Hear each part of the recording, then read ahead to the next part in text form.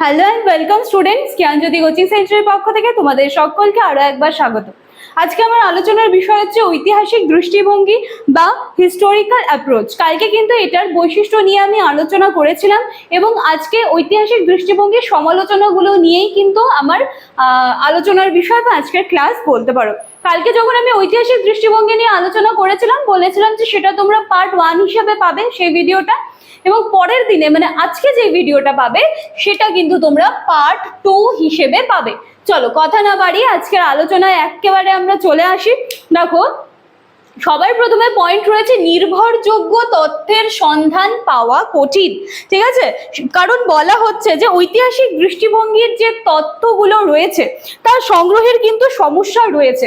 কারণ দেখো, মানে ইতিহাস যেই ব্যাপারটা রয়েছে, ঠিক আছে, মানে সেটা তো নিশ্চয়ই অতীতকে নির্ভর করে, তাই তো? ইতিহাস অতীতকে নির্ভর করে, তো সেইখান থেকে তথ্য খুঁজে এনে সেটাকে সমকালীন রাজনৈতিক দৃষ্টিভঙ্গিতে কাজে লাগানো কিন্তু অতটাও সহজ ব্যাপার নয়। কারণ দেখা যাচ্ছে যে অনেক সময় আমরা ঠিকভাবে সেই তথ্যগুলো কিন্তু খুঁজে পাচ্ছি না, তথ্যের খামতি থাকছে, এবং তথ্যের খামতির জন্য দেখা যাচ্ছে যে বর্তমানে বা সমকালীন রাজনৈতিক দৃষ্টিভঙ্গিতে যখন সেগুলোকে অ্যাপ্লাই করা হচ্ছে, তথ্যের অভাবে কিন্তু কোথাও না কোথাও খামতি থেকে যাচ্ছে।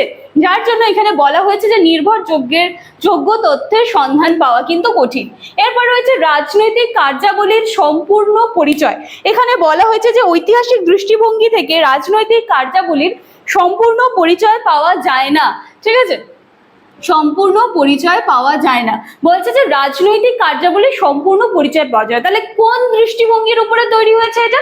ঐতিহাসিক দৃষ্টিভঙ্গি। তাহলে এবার ঐতিহাসিক দৃষ্টিভঙ্গির থেকে যদি আমি দেখতে চাই, তাহলে কিন্তু দেখা যাবে যে রাজনৈতিক যে ক্রিয়াকলাপগুলো রয়েছে সেগুলোর কিন্তু পুরো মানে কমপ্লিট একটা যে পরিচয় হবে, অতীত থেকে আমরা কিছু তথ্য নেব, সেখানে কিন্তু অবশ্যই একটা খামতি থেকেই যাচ্ছে। ঠিক আছে, এরপরে রয়েছে হচ্ছে নাম্বার সি, যেখানে বলা হয়েছে যে সমালোচকদের মতে ঐতিহাসিক দৃষ্টিভঙ্গির ধারণা বিকৃতি এবং বিষয়গত রূপ নিয়ে কিন্তু কথা বলে।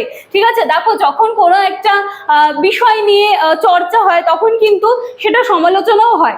তো সেই মতোই কিন্তু সমালোচকরা এখানে বলেছেন যে এই যে দৃষ্টিভঙ্গিটার কথা বলা হচ্ছে বা তার যে ধারণার কথা বলা হচ্ছে সেটাকে কিন্তু বিকৃত বলা হয়েছে। ঠিক আছে, বিকৃত বলে সমালোচিত করা হয়েছে।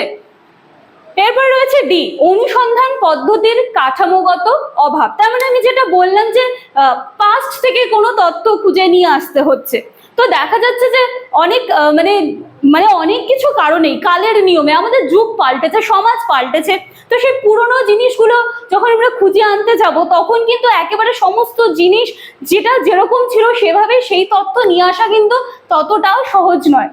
তো কিছু তথ্য আনা হলো, মনে করো কিছু তথ্য পাওয়া গেল না, আবার কিছু তথ্য পাওয়া গেল, তো সেই যে মাঝখানে যে একটা খামতি থেকে যাচ্ছে বা মাঝখানে যে একটা গ্যাপ থেকে যাচ্ছে, এবার সেটার উপর বেস করে যদি আমরা সমকালীন রাজনৈতিক দৃষ্টিভঙ্গি সেই দৃষ্টিতে দেখি, তাহলে কিন্তু সেখানকার যে খামতি, সেখানকার যে গ্যাপ, সেটা কোথাও না কোথাও বর্তমানকালে বা সমকালীন রাজনীতিতেও কিন্তু একটা বা রাজনৈতিক দৃষ্টিভঙ্গিতে কিন্তু একটা নিজের ছাপ ফেলে যায়। ঠিক আছে, তার মানে যখন কোনো আমরা কাজ করব বা যখন কোনো তথ্য নিয়ে আসবো যেটার উপর বেস করে নাকি মানে বর্তমানে রাজনৈতিক দৃষ্টিভঙ্গি দাঁড়িয়ে থাকবে বা সেখান থেকে কিছু হেল্প নেওয়া হবে, সেখানে কিন্তু কোনো খামতি বা গ্যাপ রাখলে চলবে না, সেটাকে কিন্তু একেবারে পরিপূর্ণভাবে খুঁজে আনতে হবে এবং সেটাকে কিন্তু ঠিকঠাক ভাবে কাজে লাগাতে হবে। তো সেজন্যই শেষ পয়েন্টটা এটাই বলা হয়েছে।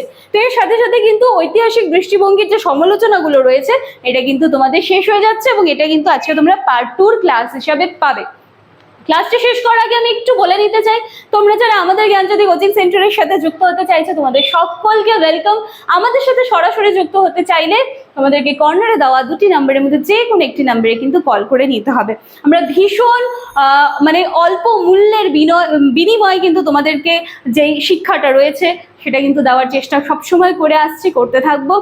আর কথা না বাড়িয়ে আজকে ক্লাস আমি এখানেই শেষ করছি। দেখা হচ্ছে নেক্সট দিনের ক্লাসে নতুন একটা টপিক নিয়ে। Thank you.